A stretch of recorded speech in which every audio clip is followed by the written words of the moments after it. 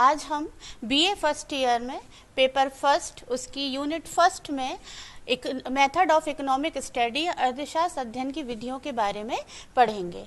सबसे पहले इसके पहले वाले चैप्टर में आपने अर्थशास्त्र क्या होता है, उससे संबंधित परिभाषाएं क्या होती हैं, इसके बारे में आपने पढ़ा होगा। इसके बाद आती हैं मेथड्स। तो इकोनॉमिक्स में बहुत सारी मेथड्स का यूज करके परिणाम निकाले जाते हैं, रिजल्ट निकाले जाते हैं, क्योंकि इकोनॉमिक्स जो होता है वो दो शब्दों से मिलकर बना है, इको प्लस नॉमिक्स, है ना। तो ये आप पहले से जानते हैं। इकोनॉमिक्स जो है वो रीजन और रिजल्ट के रिलेशनशिप के बीच में काम करता है। किसी भी कारण या परिणाम के बीच में क्या परस्पर संबंध होता है, उसके आधार पर, उसके बेस पर जो कंक्लूजन या निष्कर्ष निकाले जाते हैं उन्हीं को इकोनॉमिक लॉ कहा जाता है। ठीक है। और ये इकोनॉमिक लॉ जो होते हैं वो साइंटिफिक स्टडी के अंतर्गत अध्ययन करते हैं या वैज्ञानिक विधि के अंतर्गत अध्ययन करते हैं या विधियों को निकालने का काम करते हैं। इसके अंतर्गत दो तरह की विधियां काम करती हैं। पहली होती है निगमन विधि, जिसे डिडक्टिव मेथड कहा जाता है। दूसरी होती है आगमन विधि, जिसे इंडक्टिव मेथड कहा जाता है। और यही अर्थशास्त्र की दो प्रमुख विधियां हैं। इन विधियों का इस्तेमाल गणित में भी किया जाता है। इसके साथ साथ इन विधियों का इस्तेमाल विज्ञान विषय में भी किया जाता है। ये विधियां कॉमन हैं, जो हर एक विषय में आपको कॉमनली यूज होती नजर आती रहेंगी। ठीक है। फिर सबसे पहले हम देखते हैं डिडक्टिव मेथड क्या होती है। इसके कुछ मुख्य बिंदु यहाँ पर लिखे हुए हैं। डिडक्टिव मेथड जो है या निगमन विधि जो है वो सबसे प्राचीन विधि है, सबसे ओल्डेस्ट मेथड है अर्थशास्त्र की।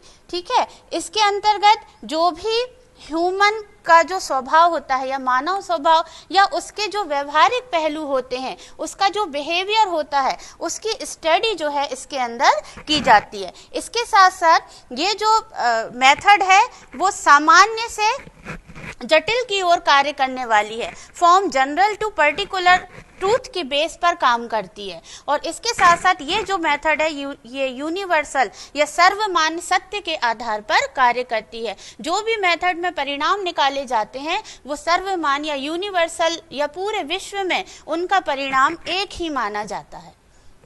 अब इसके साथ साथ देखने वाली बात यह है कि जो निगमन विधि है उसमें मुख्य बात यह है कि यूनिवर्सल ट्रूथ बेस पर काम करता है और इसके बेस पर ये सब लॉज या उपनियम बनाने का काम करता है। और यही उपनियम जो है वो अर्थशास्त्र की अलग अलग श्रेणियों में कार्य करते रहते हैं। इसके साथ साथ यह भौतिक या फिजिकली ट्रूथ पर भी काम करता है। भौतिक इसलिए कहा गया है क्योंकि हमने इसके पहले देखा कि ये मानवीय स्वभाव के बेस पर काम कर रहा है। मानव कैसा स्वभाव प्रकट कर रहा है ना, अपनी आर्थिक क्रियाओं को दर्शाने के लिए, इसलिए ये फिजिकली बेस्ड है। इसके साथ जो इसमें आर्थिक निष्कर्ष जो निकाले जाते हैं वो 3 चरणों में निकाले जाते हैं। इन 3 चरणों को अभी हम समझेंगे। सबसे पहला चरण होता है ऑब्जर्वर द्वारा। ऑब्जर्वर का मतलब होता है पर्यवेक्षक के द्वारा। ऑब्जर्वर के द्वारा जो भी मान्यताएं या असुम्पशंस लिए जाते हैं, पहले उन असुम्पशंस का चयन किया जाएगा। दूसरी बात होती है असुम्पशंस के द्वारा, चयनित असुम्पशंस के द्वारा या मान्यताओं के द्वारा कंक्लूजन या निष्कर्ष निकाले जाते हैं। और तीसरा चरण होता है इन कंक्लूजन के बेस पर परीक्षण किया जाएगा समस्या का, या जो भी जिस चीज का आप परीक्षण कर रहे हो उसका टेस्ट किया जाएगा और उनके लिए कंफर्मेशन या पुष्टि जो है वो की जाती है। इसके साथ साथ कौन कौन से असुम्पशंस पर निगमन विधि काम करती है, तो असुम्पशंस हो सकती है कि यह ऑलवेज सेल्फिशनेस या स्वयं सिद्ध मोटिवेशन पर काम करता है। सदैव इस बात पर इस बात को प्रेरित करने का काम करता है कि हम स्वयं से समस्या को समझें और उनके परिणाम निकालें।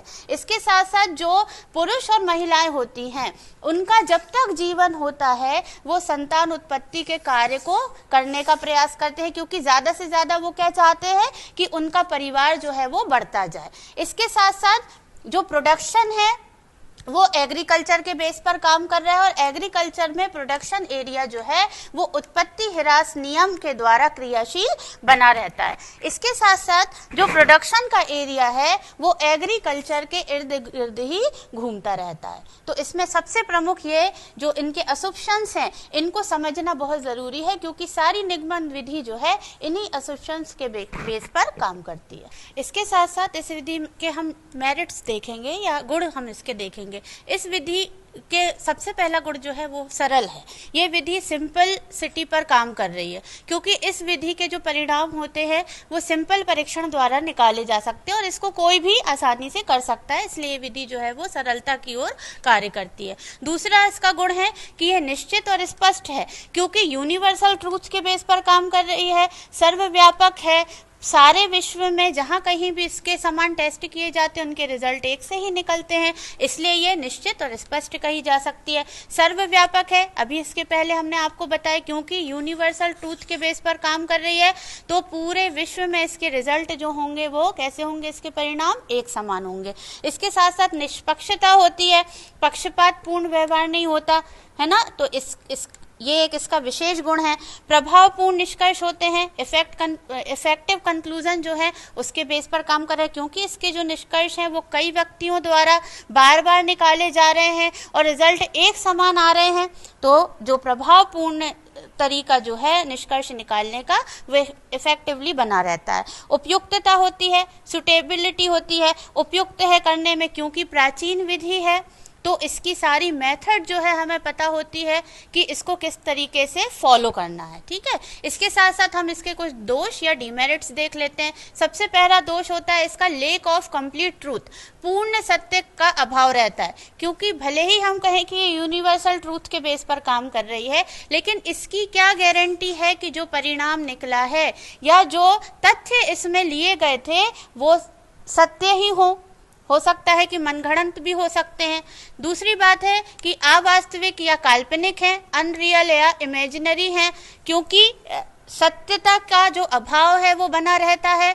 ज़रूरी नहीं है कि तथ्य जो हैं वो सही तरीके से लिए गए हों, तो हो सकता है कि इसके जो असुम्पशंस हैं वो कैसे होंगे, अवास्तविक या काल्पनिक भी बने रह सकते हैं। सत्यता की पुष्टि संभव नहीं हो सकती। कई लोग जब टेस्ट करते हैं तो निश्चित रूप से उनके टेस्ट कभी भी एक समान आए ये ज़रूरी नहीं है, इसीलिए सत्यता की पुष्टि संभव नहीं हो सकती। Test of truth not possible. गलत मान्यताएं भी होती, कुछ रॉन्ग असम्पशंस भी होते हैं, जैसे हमने असम्पशंस में देखा कि स्त्री और पुरुष जो है वो संतान उत्पत्ति का कार्य जीवन पर्यंत करते रहते हैं, तो ये गलत असम्पशंस हैं। मनुष्य जो है वो हमेशा ही बच्चे पैदा करने का काम नहीं करता रहता है ना, क्योंकि उसको आगे भी कई क्रियाएं अपने जीवन में करनी होती हैं। तो ये कुछ ऐसी रॉन्ग असम्पशंस पे भी ये विधि जो है वो काम करती रहती है। इसके साथ अब हम देखते हैं दूसरी विधि। दूसरी विधि जो है वो आगमन विधि, ऐसे इंडक्टिव मेथड कहा जाता है। इसका डेवलपमेंट जो है, इसका विकास जो है वो जर्मनी में हुआ था। क्यों हुआ था इसका विकास? क्योंकि इकोनॉमिक हिस्टोरी के बेस पर कुछ ऐसे तथ्यों का परीक्षण किया जाना था जिनका परिणाम जो है वो आसानी से नहीं निकाला जा पा रहा था, तो उसके परीक्षण के लिए इकोनॉमिक साइंस की उत्पत्ति की गई और इसी इकोनॉमिक साइंस के अंतर्गत आगमन विधि का विकास जो है वो किया गया। इसमें मुख्य बात यह है कि आगमन विधि जो है वो विशिष्ट से सामान्य की ओर टू पार्टिकुलर टू जनरल की ओर काम करती है, और दूसरी बात यह है कि पर्सनल एक्सपीरियंस के बेस पर काम करती है। फॉर एग्जाम्पल के रूप में राम, श्याम, हरि 3 दोस्त हैं और इनके बीच में विशिष्ट बात यह है कि ये तीनों दोस्त होने के साथ साथ एक दिन क्या हो जाएंगे, मरणशील हो जाएंगे या मर जाएंगे, क्योंकि हर मनुष्य जो इस धरती पर आया है, जिसने जन्म लिया है, उसका मरना तय है ना। तो यहाँ जनरल बात क्या हो गई कि ये तीनों कैसे हैं, मरणशील हैं, है ना। और विशिष्ट बात इसमें क्या है, विशिष्ट बात है कि ये तीनों एक दूसरे के क्या हैं, दोस्त हैं। ठीक है, तो ये समझने की बात है। अगली बात आती है कि ये जो है कौन कौन से लॉ के बेस पर काम करता है, मांग के लॉ पर या मांग के नियम पर काम करता है, law of demands, angel law of consumers, angel का उपभोक्ता नियम, उसके नियम पर काम करता है। इसके साथ साथ माल्थस के जनसंख्या सिद्धांत पर भी ये काम करता है। दूसरी बात आती है कि 2 फॉर्म्स में काम करता है या विधियों का परीक्षण करता है। पहली होती है एक्सपेरिमेंटल विधि, जिसको परीक्षण विधि कहा जाता है। दूसरी होती है सांख्यिकी विधि, ऐसे स्टैटिकल मेथड भी कहा जाता है। इन 2 फॉर्मों में हम सबसे पहले देखते हैं परीक्षण विधि को। परीक्षण विधि जो होती है वो सामान्य सत्य का परीक्षण करते हैं। सबसे पहले उसमें क्या करते हैं कि जनरल ट्रूथ के एग्जामिन के लिए उसको इकट्ठा किया जाता है तथ्यों को। उन तथ्यों को फिर प्रयोगशालाओं में टेस्ट किया जाता है ना। जैसे एग्जाम्पल के लिए फिजिक्स, केमिस्ट्री, बायोलॉजी ऐसे विषय हैं जिनमें कई तरह के प्रैक्टिकल किए जाते हैं। तो सरल रूप में हम कह सकते हैं कि जिन चीज़ों का प्रैक्टिकल किया जाता हो, जिन चीज़ों को टेस्ट किया जाता हो, वो परीक्षण विधि के अंतर्गत काम करते हैं। दूसरी बात आती है सांख्यिकी विधि। सांख्यिकी विधि में होता यह है कि जो अदर एरियाज हैं उनसे मीन्स या समंकों को इकट्ठा किया जाता है। इन समंकों का क्लासिफिकेशन या वर्गीकरण किया जाता है। इसके साथ साथ इनको सारणीबद्ध या टेबलिंग इनकी की जाती है और इसके बाद उनका प्रयोग या प्रैक्टिकल किया जाता है और इन्हीं प्रैक्टिकल के आधार पर हम रिजल्ट को तैयार करते हैं। ठीक है, तो ये 2 विधियां आपको अच्छी तरीके से समझ में आ गई होंगी क्योंकि ये जो है आगमन विधि के अंतर्गत कार्य करती है। इसके बाद आगमन विधि के हम कुछ मेरिट्स या गुण देख लेते हैं। सबसे पहला जो गुण है इसका ये है रियलिस्टिक कंक्लूजन होते हैं। इसके जो परिणाम होते हैं वो वास्तविक होते हैं क्योंकि ये यूनिवर्सल ट्रूथ पर काम कर रही है और ये मनुष्य के वास्तविक जीवन के व्यवहार के रूप में कार्य कर रही है, इसलिए जो इसके निष्कर्ष होंगे वो वास्तविक होंगे। टेस्ट ऑफ कंक्लूजन, परीक्षण के आधार पर निष्कर्ष निकाले जाते हैं, टेस्ट किया जाता है, क्लासिफिकेशन किया जाता है और उनको टेबलिंग की जाती है और उसके बाद उसमें प्रैक्टिकल के माध्यम से रिजल्ट तैयार किए जाते हैं। उसके बाद है इसका गुण कि हेल्पफुल इन फ्यूचर इन्वेस्टिगेशन, भविष्य में आने वाले जो इन्वेस्टिगेशन है, जो आज ये तथ्य इकट्ठे किए जा रहे हैं, आने वाले भविष्य में जो इन्वेस्टिगेशन किए जाएंगे उनमें ये तथ्य जो है वो यूजफुल रहेंगे। इसके बाद हम इसके कुछ डीमेरिट्स देख लेते हैं या दोष इसमें क्या क्या है। लेक ऑफ यूनिवर्सल, इसमें कहा गया है कि ये यूनिवर्सल या सर्वमान्य सत्य पर काम करता है लेकिन इसका अभाव बना हुआ है क्योंकि सबसे पहली बात ये जानना जरूरी है कि यह विधि जो है वो विशिष्ट से सामान्य की ओर कार्य कर रही है और ये जटिल विधि है। जटिल का अर्थ होता है कठिन विधि है, तो कठिन विधि है तो इसका तात्पर्य है कि इसको कोई भी नहीं कर सकता। इसको करने के लिए प्रशिक्षित या ऐसे अर्थशास्त्रियों की आवश्यकता है जिन्होंने अनुभव प्राप्त किया हो। ठीक है, तो इसमें ये दोष है।